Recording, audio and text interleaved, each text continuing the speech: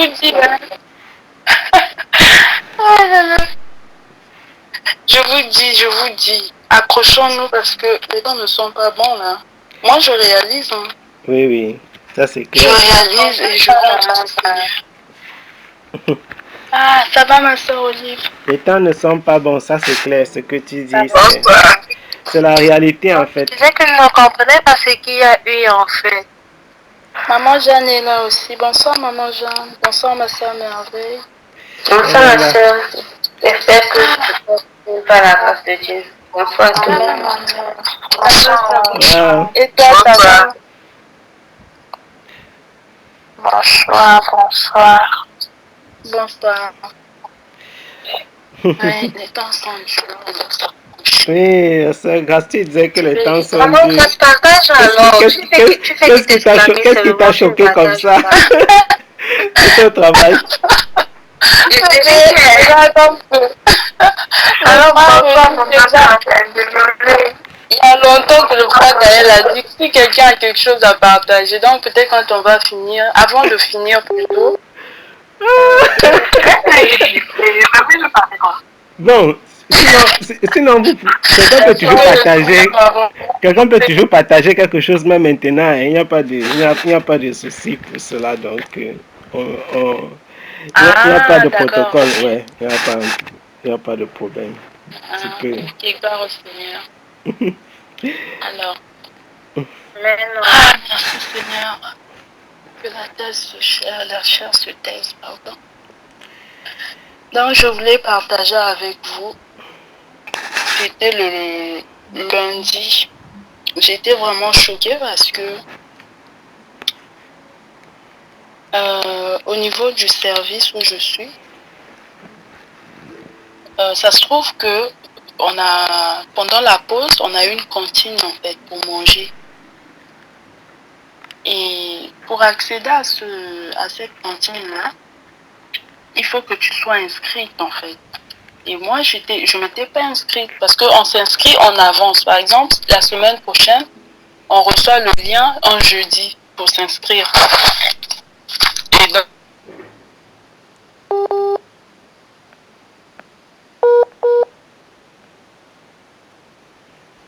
la connexion n'est pas très bonne. Et donc, cette semaine, il fallait aller manger.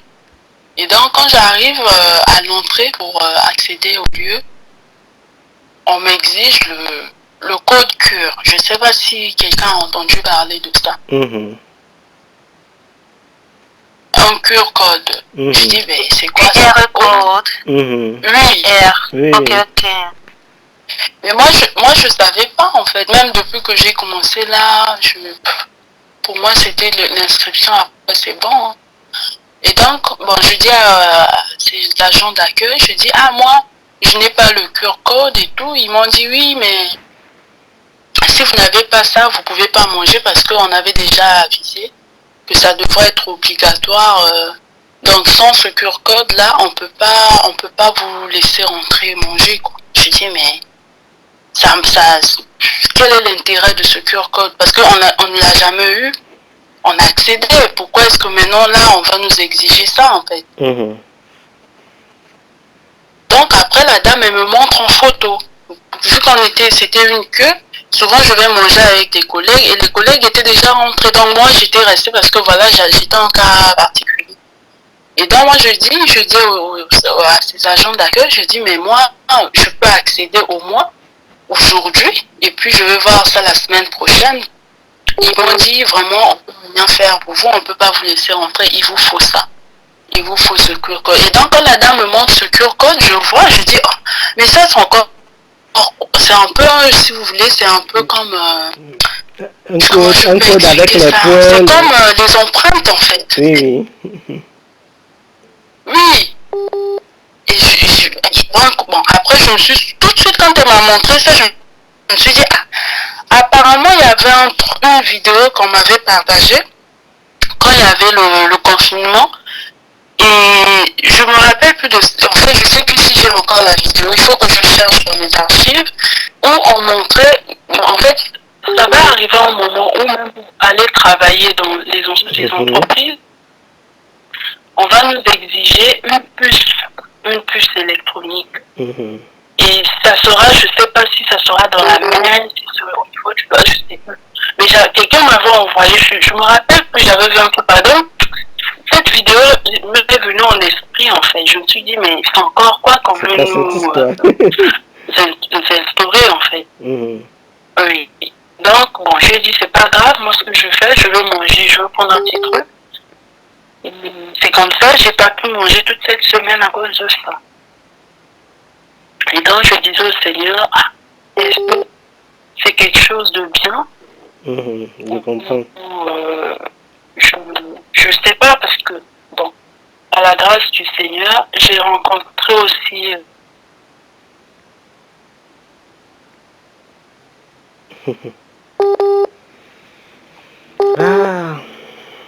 La connexion n'est pas... La connexion n'est pas très bonne. La connexion n'est pas très bonne. Mon frère et mes soeurs, j'étais en train de vous partager ce que vraiment j'ai... Bon, j'ai pas pu manger à cause de ça déjà. Imaginons où on va. Rien que pour ça, quoi. Voilà. Donc, on me dit, il faut secure God. Là, j'ai dit, mais je comprends rien, quoi. Et donc, bon, j'ai discuté avec une bien-aimée. Une bien-aimée que j'ai rencontrée comme ça. Hein. J'ai rencontré comme ça, on a échangé. Et puis, elle me disait, mais le monde va mal. De toute façon, on ne devait plus s'étonner, quoi. Là, vraiment, il faut qu'on s'accroche, parce que ça va aller de mal en pire. Et on veut nous instaurer, en fait, un système où, en fait, ils veulent avoir le contrôle sur le nombre des êtres humains sur la Terre. Bien évidemment. En fait, pour qu'ils puissent bien manipuler, je sais pas. Donc, il faut vraiment que on s'accroche au Seigneur. On s'accroche au Seigneur. Bon, cette bien-aimée-là, j'ai rencontré comme ça, hein, parce qu'elle aussi, bon, quand je parlais de ça au téléphone, elle a entendu et puis elle m'a dit, même là où elle travaille, elle aussi c'est pareil. Et on ne sait plus où on va. On sait plus où on va. Donc moi, je venais vous partager. C'est pour... Je ne sais pas si vous êtes au courant de ça. Hein, parce qu'elle m'a même parlé du... Il y a même le code flash. Le flash code. Les codes sont de plusieurs... Maintenant, il paraît des... Les codes sont actuellement de plusieurs natures et sont utilisés dans plusieurs domaines en fait. Donc ce que tu as vécu n'est que... Je vois que le Seigneur a permis que tu puisses vivre ça, comment on dit, toi-même, pour que tu vois, tu mesures un peu à quel niveau. Parce que quand la Bible déclare certaines choses, ça semble abstrait, ça semble, c'est curieusement proche de l'impossible. Mais quand nous commençons à vivre, nous vivons là actuellement les prémices. Comme Jésus a dit que ce seront les premières douleurs, les douleurs de l'enfantement. Et quand nous vivons ce que nous sommes en train de vivre actuellement, imaginons-nous que ce sont les prémices, que nous ne sommes pas encore dans le feu même. Parce que quand on allume un grand feu, au fur et à mesure où tu approches du feu, tu sens comment la chaleur augmente. C'est exactement dans cette direction-là que le monde est en train d'aller. C'est exactement dans cette direction que le monde est en train d'aller. Dans l'un des enseignements que nous avons postés sur le mur, sur la page, on parlait justement des changements qui auront lieu après Covid. Il y a eu certains des bien-aimés qui ont eu des songes. Par exemple, je me souviens encore bien le songe que j'en avais eu sur la vaccination obligatoire. Un songe que j'avais eu également, toujours un message du Seigneur qui parlait d'une autre pandémie. Voilà. Et puis, il y a plusieurs autres. On a eu plusieurs messages et même d'autres bien-aimés avec qui j'ai eu à discuter. Des personnes qui ont eu des messages du Seigneur dans le sens de quoi? D'alerter l'Église par rapport aux événements qui doivent venir. Et ces événements-là concourent à quelque chose. ces événements...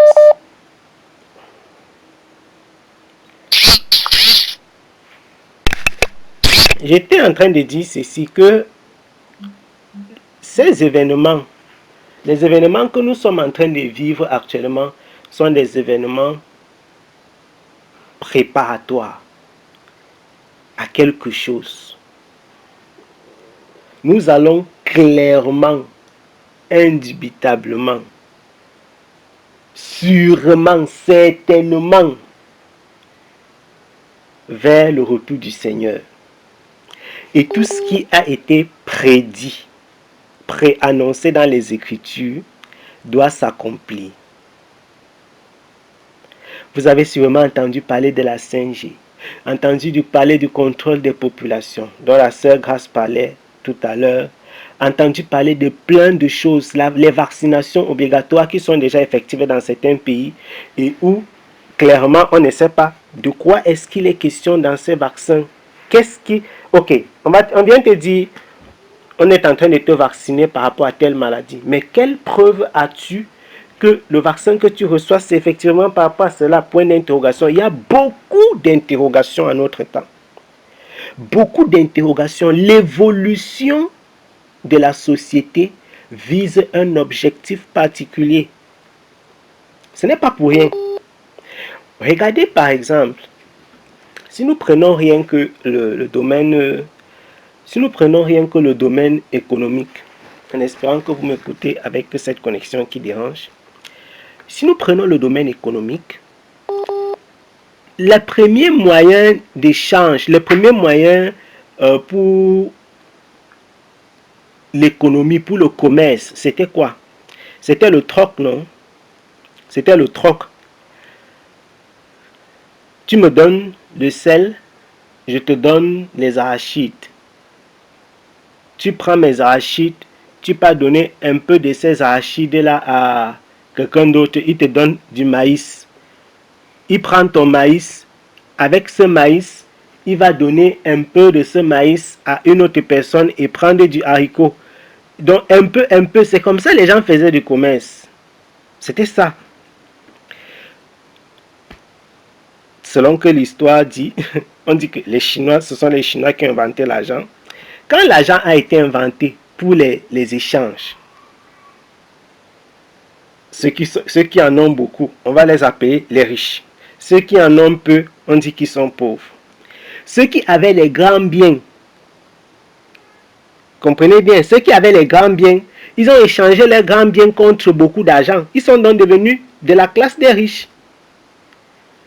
Le système économique a changé. Les banques sont nées,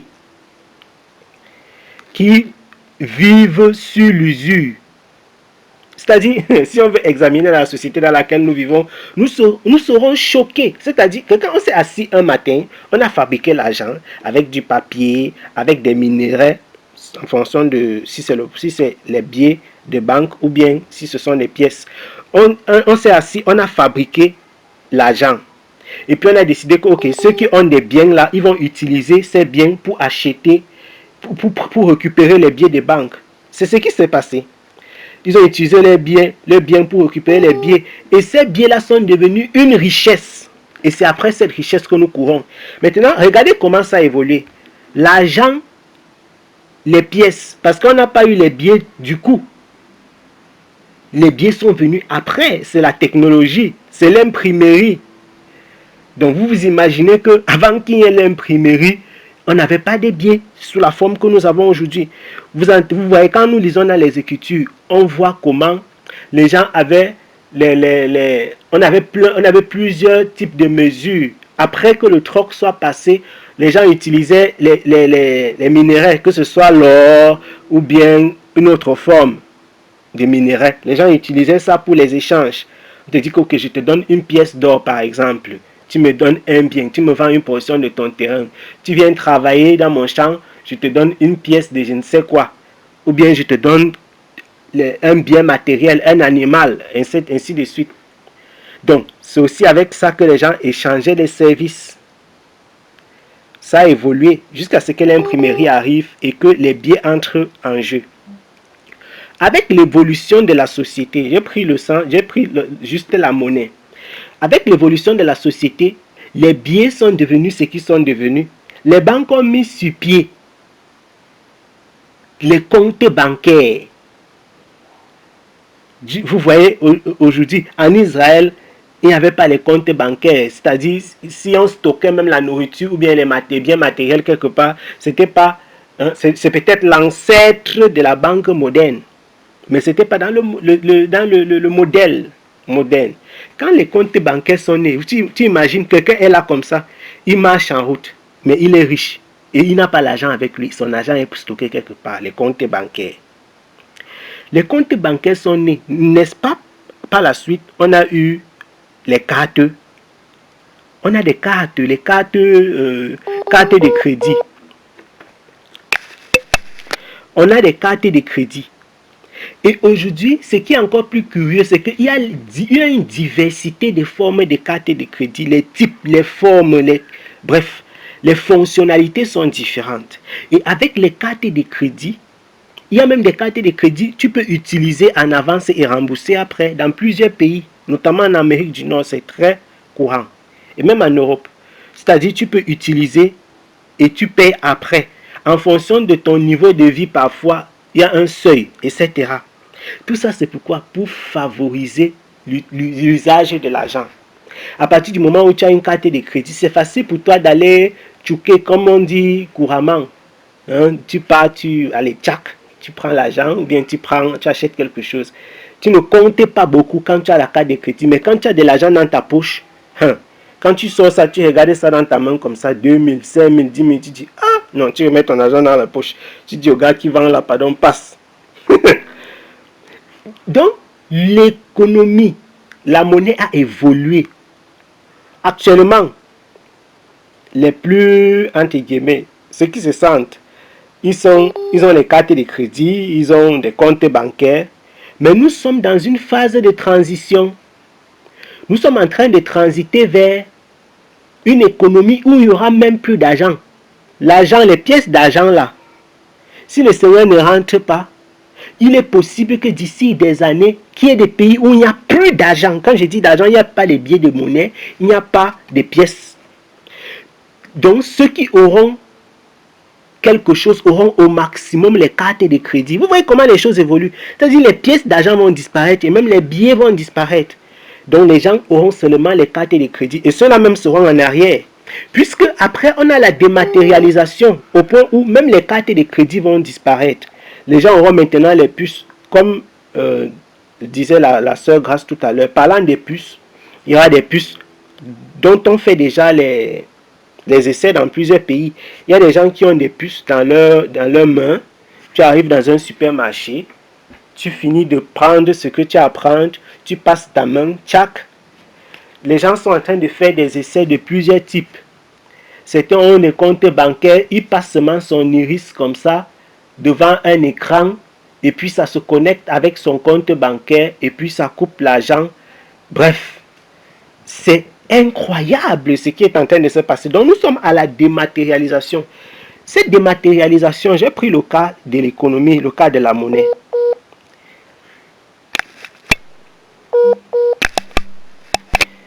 Je disais donc que cette dématérialisation, avant que la connexion ne parte, cette dématérialisation qui se vit dans l'économie, cette dématérialisation qui se vit dans l'économie, que la dématérialisation qui se vit dans l'économie se vit aussi dans les autres domaines de la vie. En fait, c'était pour embrayer par rapport à ce que la sœur a vécu. Cette dématérialisation qu'on observe clairement dans l'économie, ça se vit aussi dans les autres domaines de la vie. Avant, les gens avaient les clés. Tu entres, tu sors de chez toi. Dans nos maisons là au pays, nous avons les clés, non? Tu sors de chez toi, tu as ta clé. Les clés, regardez simplement les simples clés des maisons. Les clés sont parties de plus en plus grosses, devenues plus petites, rien que les clés des maisons. Les gens avaient les gros trucs qui fermaient les portes comme ça. Aujourd'hui, on a les systèmes de serrures sont de plus en plus sophistiqués, de plus en plus Tout évolue vers la miniaturisation. Après, quand l'électronique, l'informatique rentre en jeu, on a des portes maintenant où on utilise l'empreinte digitale. On utilise l'empreinte digitale pour entrer. On a des bureaux où ce sont des cartes, des cartes électroniques qu'on utilise. D'autres, ce sont des empreintes. Et je dis même ici en Afrique, à plusieurs endroits, c'est les empreintes qu'on utilise. Quelqu'un pose l'attaque, son doigt, ça reconnaît. Qu'est-ce qui se passe? La miniaturisation, la transformation. Quand on utilise l'empreinte digitale, qu'est-ce que ça veut dire? Ça veut dire que le corps de l'homme est déjà en train de communiquer avec la machine. L'homme se connecte à la machine reconnaît l'homme. La machine dit, ok, ça c'est le frère tel, ça c'est la soeur telle, etc. Donc, tous ces événements, à quoi est-ce que ça rime? Sachant que la parole est claire, il y a un avertissement qui est donné dans les Écritures et que pratiquement tout le monde connaît. La Bible parle de la période où l'Antéchrist règne. Et il est clairement dit que on ne pourra ni acheter ni vendre. Vous connaissez le texte dans le livre d'Apocalypse. Donc, comment est-ce que cela peut être possible si on n'évolue pas? Vous comprenez un peu? Donc, l'évolution que nous observons aujourd'hui, ça ne tombe pas du néant. En réalité, ce que Dieu a dit dans les Écritures, c'est ce qui doit et ce qui va arriver. Et le processus qui est mis sur pied au fil du temps, Satan l'utilise à ses desseins propres. Mais il est en train d'accomplir des prophéties qui sont déjà dans la Bible. Je dis encore, l'évolution que vous observez aujourd'hui, Satan utilise la science, la technologie et toutes les formes de connaissances. Aujourd'hui, on parle beaucoup de l'intelligence artificielle. Satan utilise tout ça pour ses desseins propres. C'est-à-dire, il met sur pied des stratégies, ainsi de suite. Toutes les méthodes que vous constatez, tout ce que nous constatons autour de nous. Le but de l'ennemi, c'est quoi? C'est de détruire, c'est de pervertir. Mais en réalité, derrière tout cela, il y a un plan de Dieu préétabli. Et à un moment, Dieu dit, pam, c'est ici que j'entre en scène. La Bible nous donne clairement dans le livre d'Apocalypse la prophétie. Les gens ne pourront ni acheter ni vendre. Quand j'écoutais l'histoire de la sœur, vous vous souvenez, la sœur dit qu'elle n'a pas pu manger à cause du QR code. Donc vous imaginez quand la Bible parle du chiffre de la bête, du signe de la bête qui sera sur le front ou bien sur la main. Donc imaginons-nous un peu. Imaginons-nous un peu la main droite. Que déjà maintenant, aujourd'hui, la sœur a vécu déjà une situation comme celle-là. Il est donc évident que la Bible ne ment pas. C'est en fait où est-ce que je voulais chuter. Il est donc évident que la Bible ne ment pas. Bientôt, on nous dira, tu n'as pas le vaccin de, je ne sais pas, peut-être telle maladie ou bien peut-être Covid, je ne sais pas. Tu ne peux pas partir à tel endroit. Tu n'as pas telle chose, tu ne peux pas faire ceci. Tu n'as pas ceci, tu ne peux pas faire cela. Voilà, tu n'as pas le QR code, tu ne manges pas. Vous voyez des choses pareilles. Le contrôle, la domination. Satan est dans ça. Même les téléphones que nous utilisons, il y a un but, il y a un objectif. Le contrôle, la domination, la surveillance. Quand je suis en train de parler comme ça, ils écoutent, ils savent que tel jour à tel heure, le frère a fait ceci. Comme j'ai voyagé, ils savent que il a voyagé, il a même pris telle compagnie. Puisque tu as Google Maps, tu as ceci, nous sommes, vous vous souvenez du partage que nous avons fait? Nous sommes observés, nous sommes contrôlés. Il nous surveille. Quand la sœur Grâce, tout ça c'est quoi? C'est les data privacy. Quand tu vas partir au super, quand je vais partir, je suis pas en train de dire que tu ne dois pas faire, parce qu'il faut chuter par là. Je suis pas en train de dire que tu ne dois pas faire le QR code, hein, ma soeur. Parce que tu seras obligé de faire le QR code. Il faut déjà dire une chose clairement. Il ne faut pas qu'on t'effraie. Le QR code là, ce n'est pas la marque ce n'est pas la marque de la bête. Voilà. Il faut que ce soit clair. Donc, pour pouvoir manger, tu vois, c'est pourquoi nous avons donc besoin du discernement. Tu auras besoin de faire le QR code. Sauf que quoi? Les choses vont progressivement, mais certainement vers une fin où, si ce n'est pas le Seigneur qui épargne ses enfants exactement comme la sœur Grace a dit, les gens seront embarqués. La marque de la bête, ce n'est pas le QR code. La marque de la bête, ce n'est pas le QR code.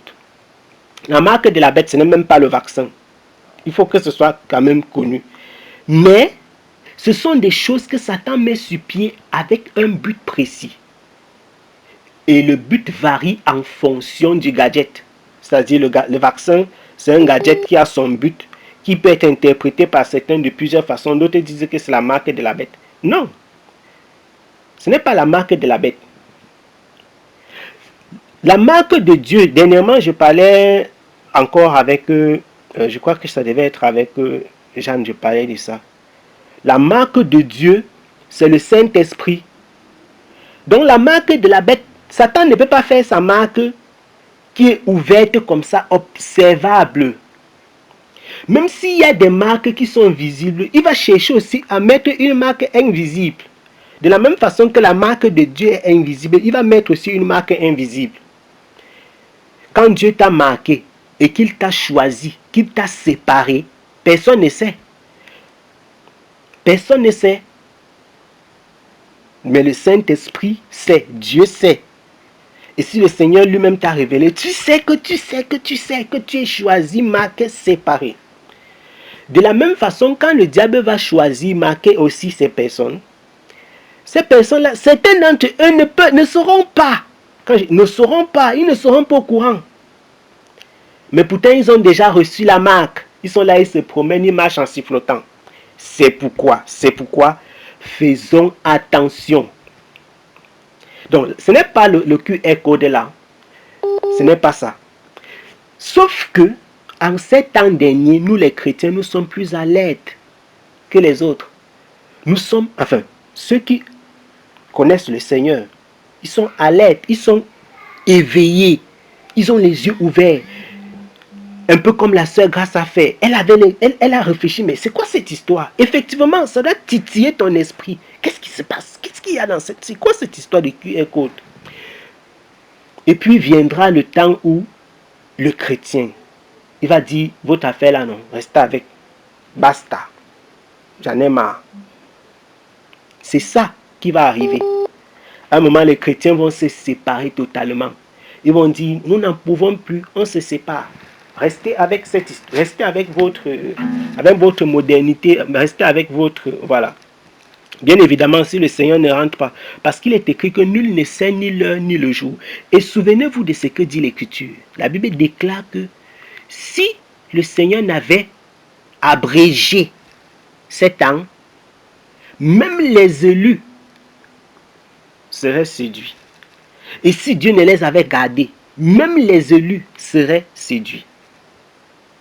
Donc la séduction sera à un niveau où ce n'est plus l'intelligence de la chair, ce n'est plus l'intelligence, je dis encore bien aimé, ce n'est pas par notre intelligence charnelle que nous allons détecter la marque du diable. Ce n'est pas avec l'intelligence de la chair, les gens s'assoient, ce n'est pas avec l'intelligence de la chair. Donc vous vous imaginez, vous pensez vraiment que ce n'est pas ça. Ce n'est pas avec ça. Et donc, nous devons faire comme la sœur Grace a dit en commençant à partager l'histoire. Nous devons rester dans le Seigneur. Que le Seigneur nous soutienne et nous fortifie comme la sœur a dit. Et ça, c'est mon souhait, c'est ma prière pour nous tous les jours. Que le Seigneur nous soutienne et qu'il nous fortifie. Que le Seigneur nous alerte, qu'il nous guide, qu'il nous conduise. Que le Seigneur ouvre nos yeux pour que nous sachions à chaque moment déposer notre pied où il faut. Et quand il ne faut pas, on enlève le pied, on disparaît. Surtout, vraiment, mes bien-aimés, Ne vous attachez pas aux choses. Ne vous attachez pas aux biens. Ne nous attachons pas aux choses que nous voyons. Ne nous attachons pas aux biens, aux choses que nous observons dans le monde. Satan est capable de faire briller ça comme ça là pour attirer l'homme et l'abattre. Donc il ne faut pas s'attacher. Si quelqu'un s'attache à son travail, si quelqu'un s'attache à... Et le Seigneur le dit bien, si, que servira-t-il? À quoi ça va servir à un homme de gagner le monde et s'il perd son âme? Donc, cette histoire, elle nous interpelle à davantage de prière et davantage de consécration, davantage d'observation, davantage d'éveil. Vous savez, il y a des chrétiens là, que si on leur dit même, viens avec ta main, on va t'injecter une puce pour que... Il s'en fout. Pour lui, c'est la technologie. Il y a des personnes qui n'ont aucune idée de... J'ai dit aucune idée. Ils ne sont renseignés sur rien, enseignés sur rien. Pour eux, tout va bien dans le meilleur des mondes. Nous ne sommes pas ainsi. Sinon, on est cuit. Nous ne sommes pas ainsi. Heureusement, et j'aime cette parole de Paul, la parole du Seigneur déclare, et c'est Paul qui le dit, que le Seigneur connaît ce qui lui appartient. Ça, c'est rassurant. Le Seigneur connaît ce qui lui appartient. Donc, Dieu qui nous a fait, qui nous a choisi, qui nous a prédestinés dans son Fils Jésus-Christ, il nous connaît, il connaît ce qui lui appartient. Et c'est parce qu'il nous connaît qu'il va nous garder. C'est parce qu'il nous connaît qu'il va nous garder, qu'il va nous épargner, qu'il va nous séparer, nous mettre à part. Parce qu'il nous connaît. Mais la parole du Seigneur déclare, et dans ce même texte de Paul, dans le même texte où il dit que le Seigneur connaît ce qui lui appartient, mais il dit que quiconque invoque le nom du Seigneur qui s'éloigne de l'iniquité. J'aime ça.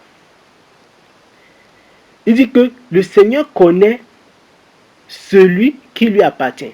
Mais il continue en disant que quiconque invoque le nom du Seigneur, qu'il s'éloigne de l'iniquité. Donc, même quand tu connais le nom du Seigneur, enfin, qu'est-ce que j'ai dit? Justement parce que tu invoques le nom du Seigneur, tu dois t'éloigner de l'iniquité. Quiconque invoque le nom du Seigneur, qu'il s'éloigne de l'iniquité. Pour ceux qui ne connaissent pas la référence, je vais retrouver le texte. C'est dans... Et puis nous allons sortir de là. Alléluia. Alléluia. Jésus est...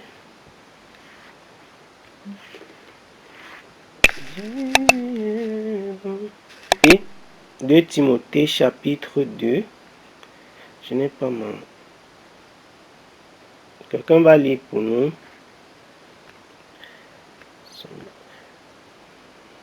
La Bible que j'utilise la dérange. Oh Jésus, je m'abandonne. Ce qu'il me dit, je le crois. Et je prends. Il n'y a personne pour lire. Je vais lire. Je vais lire à partir du verset 15. Efforce-toi de te montrer éprouvé par Dieu. 2 Timothée chapitre 2. Efforce-toi de te montrer éprouvé par Dieu, comme un ouvrier irréprochable, dispensant avec droiture la parole de vérité. Mais évite les discours profanes et vains, car ceux qui les tiennent tombent toujours dans l'impiété. Et leur parole rongera comme la gangrène. De ce nombre sont Hyménée et Philette, qui se sont détournés de la vérité en disant que la résurrection est déjà arrivée et qui renversent la foi de quelques-uns. Toutefois, le solide fondement de Dieu demeure, ayant ce sceau. Donc ça, c'est le fondement de Dieu. Le Seigneur connaît ceux qui sont à lui. Quiconque invoque le nom de Christ, qu'il se détourne de l'iniquité. Donc ça, c'est la parole de Paul à Timothée. Il dit que le solide fondement de Dieu, il demeure. Et le sceau de ce fondement, c'est que le Seigneur connaît ceux qui lui appartiennent. Ça, ce sont des paroles de réconfort. Ce sont des paroles qui doivent rassurer les chrétiens. Comme Paul dit encore dans 1 Corinthiens au chapitre 8. Il dit que qu'est-ce qui va nous séparer? Qu'est-ce qui va nous séparer? Qu'est-ce qui peut nous séparer de l'amour de Dieu? Ce sont des paroles de réconfort. Donc dans ces moments difficiles, parce que nous sommes vraiment dans les moments difficiles, ne voyez pas comment les gens sont dans la distraction là. Les gens chantent, ils dansent, bientôt on va dire que fin d'année, vous allez entendre convention de ceci, entrer dans mon année, l'année de mon année, année de lumière. Ça, c'est des bêtises. Nous sommes dans les moments difficiles et dans ces moments difficiles, nous devons nous accrocher sur la parole, nous accrocher sur Christ et davantage rester obéissants. Comme Paul dit, il ne dit pas que le Seigneur connaît ceux qui lui appartiennent, donc ceux qui appartiennent à Dieu, faites comme vous voulez. Non. Le Seigneur connaît ceux qui sont à lui. Et quiconque invoque le nom de Christ, qui se détourne de l'iniquité. Amen. Que le Seigneur nous accorde la sagesse. Que le Seigneur nous accorde la sagesse. C'est tout ce que je dirais.